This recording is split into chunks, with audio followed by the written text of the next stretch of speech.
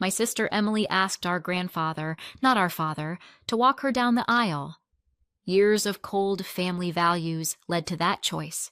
Our parents raged, relatives whispered, church friends asked questions. I didn't plead. I did this. By morning, the threats stopped, and the guest list changed. I'm 35. I have a brother, Liam, he's 23, and a sister, Emily, she's 29. We grew up in the United States, in the Midwest, in the Chicago suburbs, where Sundays empty the streets for church services, and the neighbors' lawns are clipped nearly to a line. Our parents are extremely religious and conservative. They talked more about family values than they ever practiced them. They wanted a son badly and were wildly disappointed when first I arrived, and then another girl, my sister Emily. I was their firstborn. Grandma Helen told me that, when they found out Mom was expecting a girl, they seriously considered not keeping me, but in the end, citing their religious beliefs, they kept the pregnancy. When I was just 2, Mom sent me to my grandparents because my presence at home supposedly worsened her depression. That's how my childhood with Helen and Walter began, in a small house with a maple by the steps where summer smelled like wet soil and mint from Grandma's garden. I formed a special bond with Grandpa. He taught me to ride a bike with astonishing patience. First he held the seat and jogged beside me around the block, then he let go, and I rode on my own. I can still feel it, the wind in my face, the click of spokes, the shouts of neighborhood kids on the next street. Those lessons weren't just about balance. They were about having an adult beside me who didn't raise his voice, didn't shame me, just believed I could do it. Grandma, for her part, taught me gardening, how to loosen the soil, how to tell a weed from a seedling, how to wait for the first peony to open. I watched flowers unfurl and loved my small corner of nature, the patch she gave me at the back of the bed. Those skills still help me stay calm, ground me, literally. My parents didn't visit me once until I turned 7, until neighbors and people from our church started asking out loud why their eldest daughter wasn't living with them. Then, so it wouldn't look strange, Mom and Dad came and took me from Helen and Walter, despite my protests. I cried and begged to be left where there was stability, warm arms, predictability. But they buckled me into the car and drove me home, to the very house where I felt like a guest. 3 more years went by, and it seemed like our parents found their joy again. They were expecting a second child. When it turned out to be another girl, you could see the disappointment, though it wasn't as loud as it had been with me. Thankfully, Emily didn't have to live what I did. She wasn't sent to the grandparents. She grew up with our parents. But the difference in how we were treated was obvious. From me, it was expected that I'd help Mom with practically everything in the house: dishes, cleaning, cooking, wrangling the little kids in Sunday school, an endless list that told me, day after day, that usefulness mattered more than my feelings. When it came to Emily, the rules were softer. She was pitied more, understood more. Her mistakes were treated as a normal part of growing up, not a personal failure to be shamed for. School was the same story. They pressed me to excel at everything. Only A, no A. You need more clubs and activities. They signed me up for extra classes, and any deviation from the perfect trajectory was taken as a sign of ingratitude. When Emily started school, the atmosphere for her was much calmer. Our parents still cared about her grades, but they didn't shove her into rigid rails. They let her choose what she liked and let her go to school events without endless lectures. And the way they celebrated our achievements, especially that, was night and day. If I won an academic contest or wrote a flawless test, it rarely came with more than a short, good job. Any progress Emily made became a mini party. Cake, a family photo later posted on Facebook, calls to relatives. I couldn't understand for a long time how the same parents could raise 2 daughters so differently. It was hard to grow up under constant criticism while watching my sister live, relatively, an easier childhood. Even so, I tried not to be angry at Emily. She didn't choose my childhood or hers. I helped with homework, went to her performances, tried to be a steady example so that, at the very least, she'd have an older sister she could lean on. We kept a warm bond, even with the ache gathering inside me. 6 years after Emily was born, everything changed. Liam arrived, the long-awaited son. Our parents threw a full-on feast. Gifts, people from our church community, the pastor's congratulations, long speeches about the heir. From day one, you could see he got special treatment. Expensive clothes, the trendiest toys, the best stroller, a pricey crib, and a stunning nursery. Nothing like the rooms Emily and I had. But it wasn't just the things. They gave him far more attention. Thousands of photos, videos of every little goo, sentimental posts on social media. They didn't miss a single pediatrician's appointment, argued over the vaccine schedule, hunted for the best specialists. With me or my sister, they'd never been that involved. The inequality didn't fade as Liam grew. He was excused from chores we did by default. Let the girls take out the trash. Let the girls load the dishwasher. Let the girls mow the lawn. Liam has to get to his tutor. His birthdays became grand productions with pricey gifts, balloons, and rented venues. Emily and I felt second class beside all that. To be honest, I was used to it by then. For Emily, it was her first head-on collision with what I'd lived through, and it hurt. We ran to Grandma and Grandpa's even more, like to a shelter. Countless days in their garden, evenings by the fireplace, long talks about fears, dreams, and how heavy home felt. Grandma always told us, "You're not alone. You have us." When I hit my teens, my parents slapped a rebel label on me, just because my views didn't match their church dogma and political slogans. If I tried to explain my position, Mom would start crying and say I was driving her up the wall. If I showed sadness or anger near her, she'd snap, scream, then disappear from contact for hours, as if I didn't exist in the house. When Emily got older and began to show her own mind, she developed anxiety. For years, Mom refused to take her to a specialist. "You don't need that. Pull yourself together." And when Emily had panic attacks, Mom said she was causing inconvenience and ruining the atmosphere in the house. One night, it became unbearable. Our parents didn't bother to hide it anymore. We were disappointments. We shouldn't have been born. God had sent them a test. Those words fell like stones, and we couldn't take it any longer. Feeling lost and hurt, Emily and I packed bags and drove to Helen and Walter's, to the house that smelled like mint and fresh cookies in the evenings. Our parents found out fast where we were, and by morning they were on Grandma's porch. They demanded we come back immediately. For the first time in a long while, Grandma spoke to them hard, asked how they'd explain what was happening at home, why they treated their daughters that way.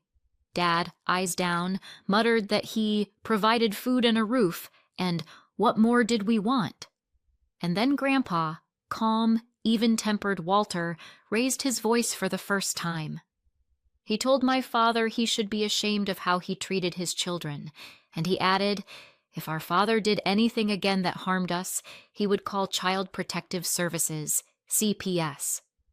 That genuinely scared them. Liam was still small, and the prospect of dealing with state services, especially in Cook County where, as the neighbors said, those calls are taken seriously, was the last thing they wanted. Grandpa didn't back down. He said straight out that we deserved better parents than the ones they had been so far, and I can still see him turn to my mother and say, "You are my daughter. But I never treated you the way you treat your children." My mother's face flushed in red patches. She was ashamed. That fight in Helen and Walter's kitchen was a turning point. For the first time, someone stood up for us openly and hard. Not with "be patient," but with action.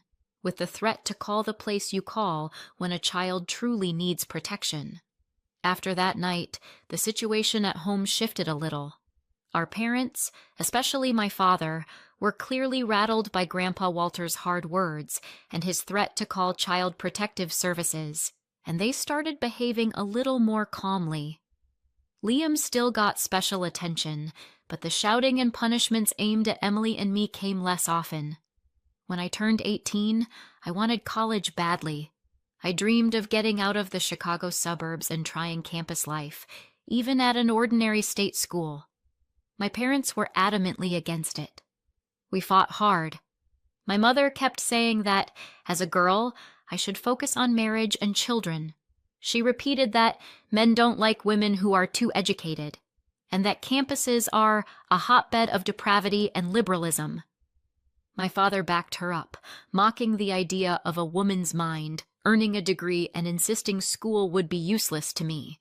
It hurt deeply to hear my own parents talk me out of independence for no other reason than that I was a girl. Despite their protests, I applied to several schools at once and got in. I was accepted into an honors program and received a scholarship, so my parents didn't have to pay for tuition or housing. They were furious that I disobeyed them. I didn't care. For the first time, I felt like I was steering my own life. I picked up part-time work on campus, first the library desk, then a cafe off the quad, and started putting money aside bit by bit. That season was a turning point. I learned to juggle adult responsibilities, balancing classes, work, and the rare scraps of a personal life. It wasn't easy, but every past exam and every month that closed in the black made me stronger, more independent. All that time, my parents called once in a while to see how I was. The calls were strange. A few formal questions, zero real interest. By graduation, I expected neither support nor praise. In the end, I finished my degree and took a full-time job in my field. Thanks to the shifts I'd worked during school and a little discipline, I saved enough to rent an apartment with roommates on the north side. Our contact with our parents grew rarer, then almost vanished, and not only because of me. It seemed they were perfectly content with the distance. Birthdays and holidays turned into the occasional perfunctory happy birthday text, sometimes a card with no note. When life hit harder than usual, trouble at work, a breakup, my first impulse was still to call family. I stopped myself. Going back to those emotional roller coasters we'd lived through with our parents felt unbearable. Little by little, it became a deliberate choice to cut them out of my life entirely. The only person in the parental circle I stayed close to was my sister, Emily. When it was her turn to apply to college, our parents threatened to throw her out if she dared get into all that schooling. I told her to move in with me. I needed to be sure she could keep chasing her own dream and build a future without parental bans and dictates. Emily moved, enrolled in a local college, a community college with a transfer path to a state school, and I worked hard to carry us both. Rent, utilities, Trader Joe's runs, sometimes bus tickets back to campus. It wasn't easy, but I was determined to back her education and see her through. During that time, our bond grew even stronger. We shared a kitchen and the daily load, and I took comfort in knowing that, despite the mess with our parents, I could create a safe, steady space for my sister to grow. When Liam got older, he didn't face what Emily and I had faced. Of course he didn't. Our parents proudly sent him to college. They paid application fees, test prep courses, campus tours in Michigan and Wisconsin. More than that, they had saved up enough for him to study without financial strain. Dorm deposits, a 4-school laptop, private tutors. Liam clearly got chances and privileges we never had. I felt a complicated mix, happiness for my brother and the ache of contrast. Even so, Emily and I held the line together, determined to get past the weight our childhood put on us. Through all the rises and dips, Grandma Helen and Grandpa Walter stayed our constant warmth. They called, sent cards, came to the city when they could. A few years ago, Grandma passed. Emily and I rushed home to our old suburb in Cook County to be with Grandpa. It was the first time in a long while we saw our parents. They greeted us with a nod, like we were strangers. I held back tears, too many memories and too little tenderness in their eyes. I didn't want my mother scolding me for making a scene, so I just hugged Emily and took Grandpa's hand a little tighter. After the funeral, we started visiting Walter more often. We shuffled schedules, caught the Metra, got to his place, cooked lunch together, or simply sat on the porch and remembered how he taught me to keep the handlebars steady, how Grandma taught me to tell peonies by the bud. On weekends, we gave whole days to his house, swapped bulbs, sorted tools in the garage, set the timers on the sprinklers, walked the nearby park. Over one of those lunches, Grandpa suddenly said he was proud of how I look after my little sister. I froze and felt warmth rise to my eyes. It had been years since anyone in the family had honestly recognized my effort. Walter smiled, ruffled my hair lightly, and added that Emily was lucky to have me, and that he believed in my change the world in small steps potential. His eyes shone with pride. That look is fixed in my memory forever. Liam, our parents' favorite, kept his distance from us, maybe afraid they'd drop him the way they had once dropped us. In recent years, Emily and I bumped into him only at the occasional family thing, or heard from cousins how much our parents were doing for him while ignoring us. They bought him a couple of used cars to make the campus commute easier, paid the security deposit on a house so he could move out, and last year even gifted him a trip to New York with his girlfriend. A break, since he works so hard. We learned about it in the relatives group chat. The congratulations emojis flew in one direction only. Recently, Emily, who'd been with her boyfriend Robert since college, got engaged. The news filled me with joy. They're a wonderful match. There's a quiet certainty in the way they look at each other that you can't fake. The proposal was truly magical. A river walk, yellow light on the bridge, Robert down on one knee. Emily glowed, showing her ring to anyone who wanted to share the moment. She posted the photos, and off it went. Relatives called, wrote, left warm comments. Of course the news reached our parents. Our phones blew up with their calls and messages. Surprising, after years of silence. Emily and I traded a look. Why now? Why suddenly become part of our happiness after keeping their distance for so long? When Emily finally answered Mom all but gushed. How happy she was. How she'd long waited for this day. Emily thanked her, polite, brief. And then the hard part began. Mom started firing questions. Who Robert was, where he worked, whether they could meet in person. Knowing their habit of arriving with a holy mission, Emily tried to deflect and cited the rush of planning. But my father, likely sitting right beside her, cut in and added firmly that they had earned the right to meet the man their daughter was going to marry. The push worked. Emily, after a pause, agreed, but said she wouldn't come alone. I'm bringing my sister. To our surprise, our parents agreed without argument. On the appointed day, the three of us, Emily, Robert, and I, went to our parents' house. The tension was there from the threshold. They met us with tight smiles, as if rehearsing a scene of an ideal family. Mom greeted Robert with a showy warmth, offered homemade lemonade. We sat at the table, and I could see how each of us sat a little straighter than usual. Sensing the stiffness, Robert tried to soften the room. He talked about himself, his work, how he and Emily loved weekend trips to the Botanic Garden. The conversation eased over into the wedding, dates, venue, guest list. And that was when the interesting part began. Our parents started gently hinting that it would be wonderful if the father of the bride, our dad, were the one to walk Emily down the aisle, and that Mom should have an important role, somewhere in the middle of the attention. Emily and I exchanged a glance. Dad moved past the hints. It was important to show family unity in front of the relatives, so there wouldn't be awkward questions. Mom nodded along, adding that she didn't want Robert's family thinking Emily had no parents, and therefore they needed to be present in significant roles. Hearing that, my sister and I looked at each other again, and I felt Emily's shoulders go tight. It was suddenly clear why we'd been invited. Our parents were afraid Emily wouldn't invite them to the wedding and didn't want relatives asking awkward questions. It could bruise their standing in the family and at our church. I shook my head, seeing the real motive. Emily thanked them politely for the offer, then said, calm and even, that she had already decided who would walk her down the aisle. My father, curious and gently performative, asked whom she had chosen for such an important role. Emily smiled, steady. Grandpa Walter will walk me down the aisle. For a second they froze, their faces not quick enough to hide the shock.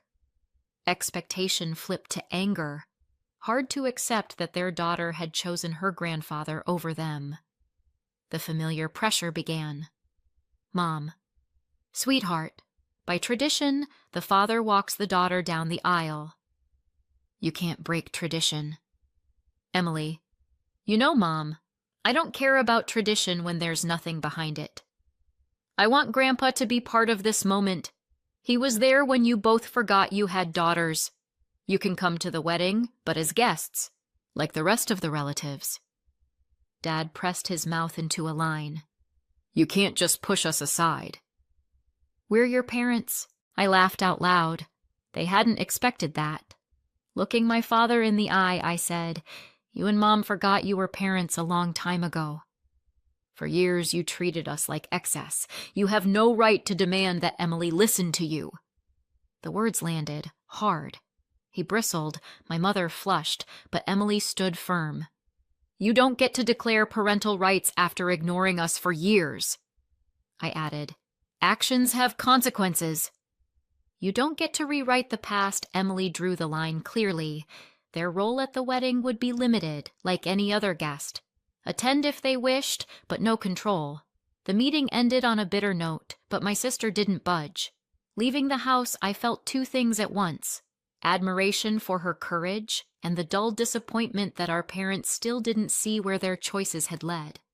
From that day, the calls and messages poured in, from our parents and a few relatives, accusing us of selfishness and cruelty because a father had been denied the right to walk his daughter down the aisle. We stayed quiet. A few hours after the engagement news swept through the family chats, something else came into focus. To everyone asking about Grandpa, Emily had already told him she was engaged. He was the first to congratulate her. But we hadn't said she wanted him to walk her down the aisle. We decided to do that in person and watch his face. This weekend we were headed to his suburb, where he lives alone now. Meanwhile, our parents kept at it, sending angry messages. My father even wrote Robert a long Facebook screed, demanded he bring his fiancée to reason because a man should take things in hand, insisted Emily had no right to ask her grandfather because tradition says father, and finished with a threat. If Robert allowed this, he and Mom wouldn't attend the wedding. Robert answered simply and calm, My fiancée will do what she wants. I fully support her. Whether you attend is your choice. I could almost see my father's face as he read it. He'd counted on compliance. The thought made me smile. That weekend, Emily and I drove to Grandpa Walter's. The road felt short. We were wired and couldn't wait to say the words. We sat on his porch with lemonade, talked about nothing and everything, and then Emily took a breath and said, Grandpa, I want to ask you something important. Please walk me down the aisle. You've been there all these years. I can't imagine anyone else doing it. Walter's eyes filled. He stood, hugged Emily so tightly it was as if he was afraid to let go, and said it would be a great honor. My throat stung, and the three of us stood there, holding on to each other, like those old evenings when Grandma Helen called us in from the yard for dinner. We told him about the conversation with our parents and about my father's message to Robert. Walter only smiled a little and said he'd handle our mother just fine if she decided to make a scene, and that nothing would stop him from walking Emily down the aisle. Emily's shoulders dropped. The tension slid off. We stayed until evening, tidied the garage, checked the smoke detectors, made a grocery list. Before we left, I hugged him again. This man had been the anchor we'd always lacked.